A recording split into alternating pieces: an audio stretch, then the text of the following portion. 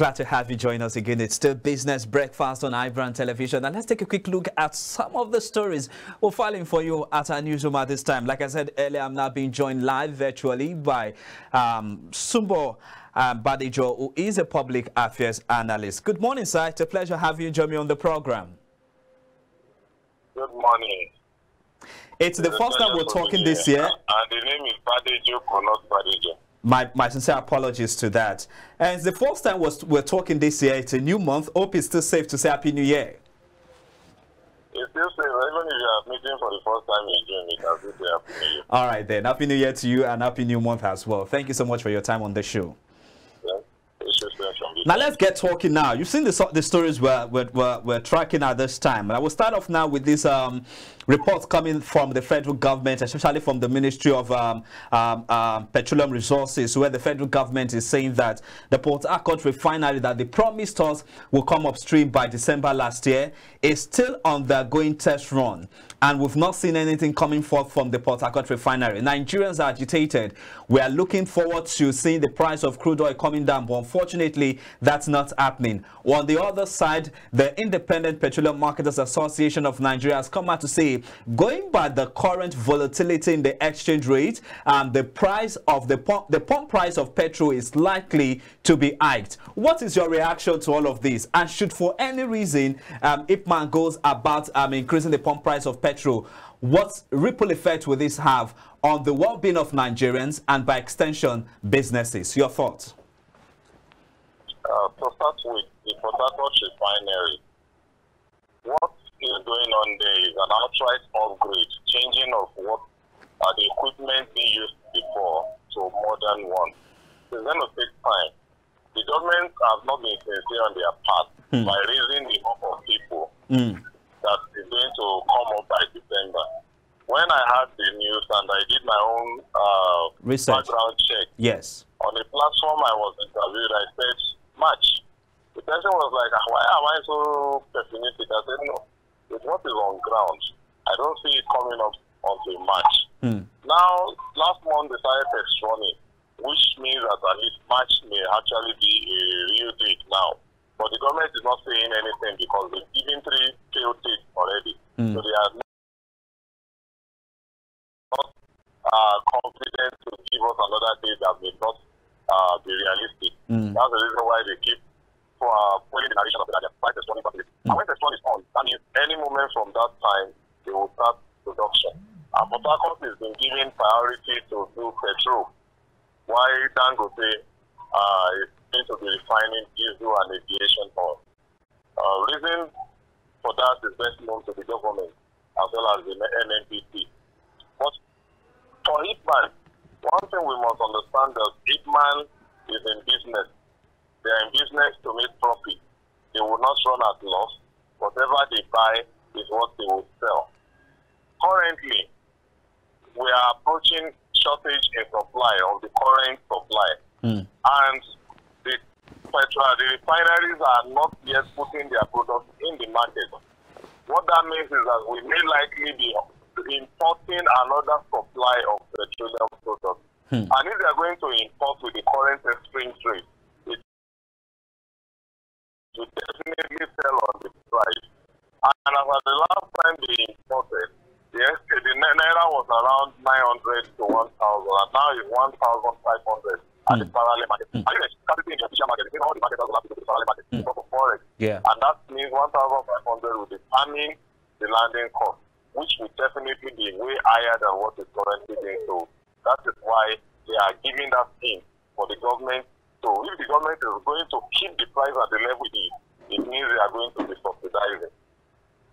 All right, then. Thank you so much for that insight that you've given us concerning all of this. Now, you did make mention of the fact that the Port Harcourt refinery will not be coming up upstream based on your own calculation till the month of March. I was really certain that if for any reason the Port Harcourt refinery come up upstream either in the month of March or even before that time, do you think that the refinery will have enough for us to meet our demands as a country? Our energy demands as a country? At least it will cut importation by half. Okay. And don't forget, demand for petroleum products are reduced. to just put 4-5 vehicles on the road for no cost and reduce it to like 2 or even 1. So that has fell on the daily consumption of the product. So which means 60 million that the NNPC was quoting before has been flagged out to around 30 million. Now, Port Harcourt will be producing around 50,000 barrels per day. If you multiply that, that means we'll be giving around close to 300,000 to 500,000 liters of petrol daily. Of course, that is not going to be enough to meet our demand, but it's going to cut down the importation. And by the time Dangote joins in with its own supply of petrol, definitely will break even, at least for this year. There are 2 other refineries coming up, private, and of course, 2 other government refineries will also come up. We may not be having petrol farming a balanced pricing until around 3rd quarter of next year, 2025. So for this year, we'll speak on what we have, what is on ground. By the time the product comes into the market, it's going to cushion the effect of forex on the product, because that would lead to improvement in the supply side of the forex, which will reduce the pressure in the parallel market. So by the time we are even importing to augment what we are producing locally, we'll be importing at a cheaper rate than what we are currently importing now. So that will bring the price down a bit. It will not bring it to what we expect, but it's going to regulate it around 500 and something for a start. But by the time the supply is insufficient, that is when competition will come in and the price will begin to go down. Yeah, but Nigerians should not expect a magic overnight. You just answered my next question, because I was going to ask you this: that when it comes to the mention of Dangote refinery comes to the mind of an average Nigerian, what they are thinking of is that yes, there's going to be availability, and in the presence of availability, the price of the product are going to crash down to perhaps what they used to buy it before the current increment. Now, I know you've answered my question, but let's take a look at it from another perspective now. Before now, we've seen that when the Dangote refinery came up, started receiving crude from NNPC, Ipman, Moman, and Petro and this association have met with Dangote to become to buy a product from Dangote. Now, if we are going to be having this association, this oil marketing association buying crude out from Dangote, what becomes of the crude that will be coming from the Port Harcourt refinery? And then again, how do we manage the issue of competition? And that will lead to a kind of reduction in the pricing of petroleum products across board. And by petroleum product, I'm talking about both gas and the price of kerosene, the price of diesel as well, and also the price of jet A1, and not just on petrol alone.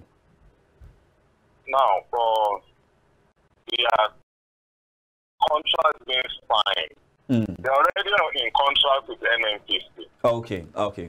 So Dangote just came into the market, and of course, they have to sign contract with him. All right. Otherwise, they will be saying that we are not going to be buying from. Now, marketers now have options of either buying from Dangote or buying from the NNPC. All right.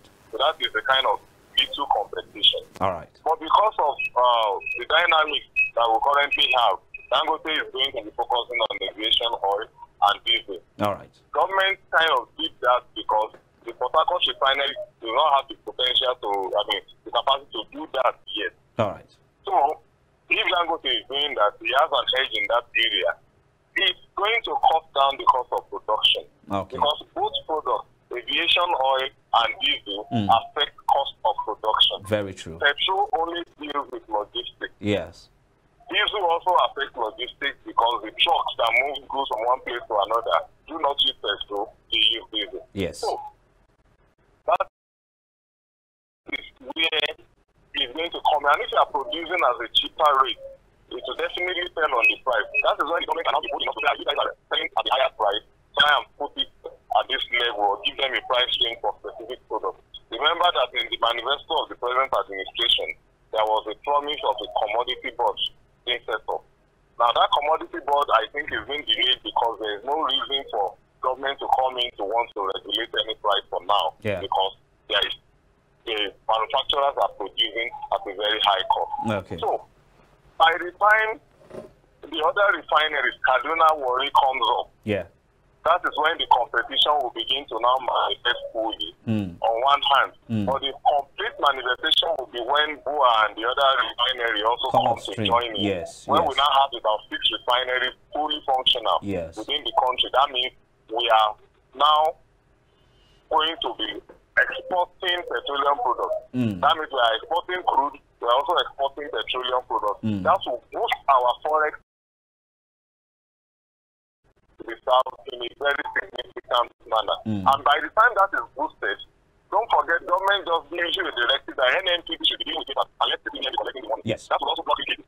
So by the time that block leakage, we'll have a boost in the supply of the forex, which will now go to affect because people that will now be assessing the forex through the high and E window. And these two, the patronage at the level of the bureau de change will go down. By the time the patronage go down, they don't want to go out of business. They have only one option: reduce the price or equate it with the higher E window.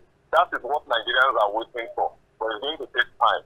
Activities within the economy is what will bring down the forex price. And of course, when we are not importing, because why petroleum products is so germane is because it gives us the highest volume of forex supply, while the importation is also consuming the highest volume of the forex that we have on ground. So there's nothing left for the other players to access, and that's why everybody is going towards the parallel market. And because of the high demand in the parallel market, that is why the price is going up. Simple economics. Thank you so much for that insight. I really love your analysis of that and the knowledge you've given us concerning all of this. Now, I need to ask you this question. You did make mention of the Kaduna refinery and also the Warri refinery. Do you see this administration actually taking a keen interest in bringing the Warri and the Kaduna refinery back upstream, just like what they intend to do with the Port Harcourt refinery? Do you see that happening? Because these refineries has been in comatose over the years. As a matter of fact, the contract was awarded by Buhari. So all this administration needs to do is ensure that the money being paid is worked on. And if they are going to pay at all, it could be variation due to the change in the exchange rate, which will not be up to what has been already awarded.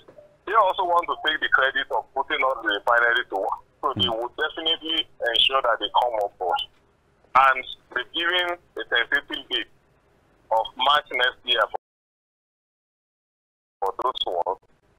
Let's wait and see whether March will be March. But from our own assessment, those of us observing from the background, we know by first quarter of next year, we have a big functional refinery in the country. All right, then. Let's leave it at that and shift focus now to the next story now. The Bureau de Change operators in Abuja shut down operations due to the unavailability of dollar. Can you bring us up to speed with what is going on with the volatility in the Nigerian exchange rate? What's really happening at this point in time? Why is dollar so scarce in the country, and why are we seeing the Naira being devalued at the point that it is at the moment? Activity within the forex market is what is devaluing the Naira. All right. I told you there is high demand for dollar as against the Naira. The higher the demand, the higher the price. You understand? Yeah. And that demand is causing what we call cost push inflation in the country. That's why everybody is affected. Now, what is leading to this demand? There are so many things. One, our insatiable desire for imported items, goods and services. Goods we import virtually every goods that we consume here. Services, we go for pilgrimage, we go for medical tourism, we go for education, foreign education. All these are imported services, which we have local alternatives for, but we are not comfortable with them, and we do go for them. And it starts from the government. Government functionaries travel abroad most for medical tourism. The president is away. If he was going to be coming back today, he said on a private visit, but people have attributed that to medical trip. Likewise, every other government official. Meanwhile, we still have, if the government hospitals are not in shape, meanwhile, some of them are, we have private hospitals here that are in good condition. Former president of Gambia or Sierra Leone just came to the country last week for medical treatment, which means we have something that other countries can rely on in Nigeria. But our own people just like, because they disguise as going across for medical treatment to also launder money. So money laundering activity is the underpinning factor, and it's one of the reasons. Then a lot of corruption is also there. People have looted in trillions, and they cannot keep trillions naira anywhere, whether at home or in the bank.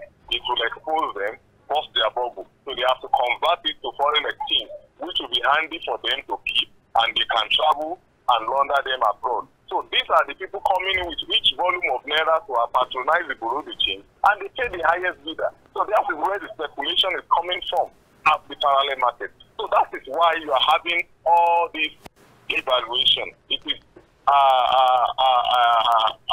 an induced devaluation due to those activities that I'm talking about: corruption, money laundering, imported goods and services. That is why we have that. And what you see happening in Abuja is because they have not thought what they have on ground. And yet, in the first Abuja, most of these looted funds are domiciled, and they have not thought what they have there. It's only Lagos, because Lagos is where most of the diaspora remittances would land before it is being transferred to Abuja, and they are being trapped in Lagos. That's why you see those ones coming up to close down. But they have branches elsewhere. They will be running those branches, and they will still be in business. All right, now let's shift focus now to the next story. Now, the pharmaceutical industry players under the urges of Nigerian Pharmaceutical Industry Association have come out and they're asking for the government to create a 600 billion pharmaceutical manufacturing development funds and a 5% interest rate over a minimum tenure of 5 to 10 years. How do you react to this, and what ripple effect do you think this will have on the healthcare value chain of the country? Well, it's a survival stimulus package that they are asking for. They deserve it, because government over the years have also frustrated their efforts. Remember, GlaxoSmithKline just shut down their factory. Yes. Procter and Gamble too shut down. Others that are not ready to shut down are the ones asking for this bill. Other people will not shut down. Why are they shutting down? They are producing at a very high cost energy, and fuel is so on the high side, and they are not comfortable with that. And if you want to keep them in business, you ensure that they get access to this to energy at a very cheaper rate. The public power supply is epileptic. You don't even know what is happening at that end. We keep hearing the grid, and the grid ought to know how to have been in that manner. They are just reworking it, but I expect state to also be as a component unit, as a stakeholder within the economy, as member of the Economic Council, to see how they can also set up power plants. You know, have the power to generate, distribute, and transmit and distribute without any law being broken. But how many of them are actually looking in that direction? If they cannot fund it directly, they can go into partnership so that the industries domiciled in their state will run at a very cheap cost, and more will come in to create jobs for their citizens. But they are not looking at it from that angle. So the pharmaceutical companies are producing at a very high cost, and they have shut down the major ones. They are producing where they can produce cheap and now bring it into the country. And look at the current, the value of the forex, meaning that to bring them into the currency, they are produced cheap, they are coming to sell, but those who are going to sell for them, the pharmaceuticals, the pharmacists and other drug dealers, will buy at a high price because of the forex, and they cannot sell at a cheaper price. They will also sell at an expensive price. And that's why antibiotics that used to cost like 1.5 like 2 years ago is around 6,000 naira now. What is that situation it is at the moment in the country? I'd like to say thank you so much, Mr. Sumbo, for your time with me on the show. But finally, now let's wrap up with this particular story. Now, despite the fact that the Central Bank of Nigeria, Mr. Sumbo, are you still with us?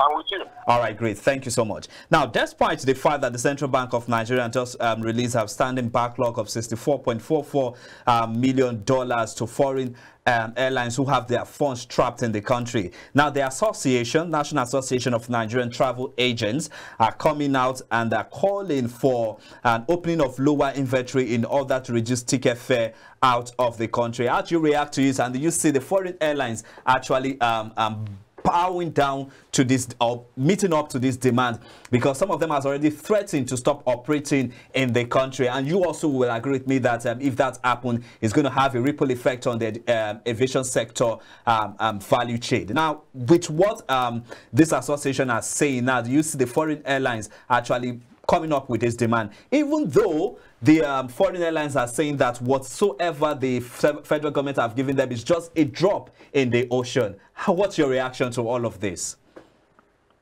Well, they're just trying to be mischievous. Clearing their backlog cannot be said to be a drop in the ocean. All right. Dangote was giving priority on aviation oil for their sake. You understand? And both aviation oil and diesel are what they use majorly to run their own businesses. And if this will be becoming cheaper than what it used to be, maybe government can give them further incentive, but not that you'll be making demands like that. Aviation is not the only sector we have in the country, and it's an elite sector. How many poor Nigerians fly aeroplanes? Focus of the government will be on those masses because they are the ones that are being affected the most. So that's why I said they should just be very careful on how they attempt to blackmail the government. It's not going to work.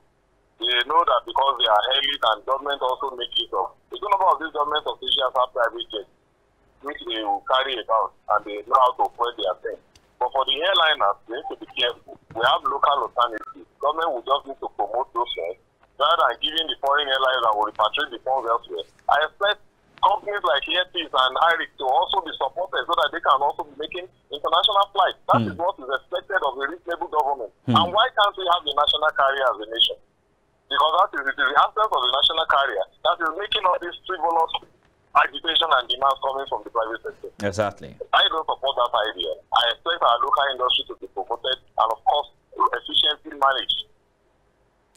All right, we'll leave it at that, and we hope that the government who are also watching and listening to us will do the needful, just as you've rightly advised. I'd like to say a big thank you to you, Sumbo Badejoko, public affairs analyst, for your time with me on the show today. I look forward to having you with me live in the studio, hopefully in the course of this new month or perhaps months to come. No problem. All right, then. Thank you so much for your time, sir. Thank you for having me.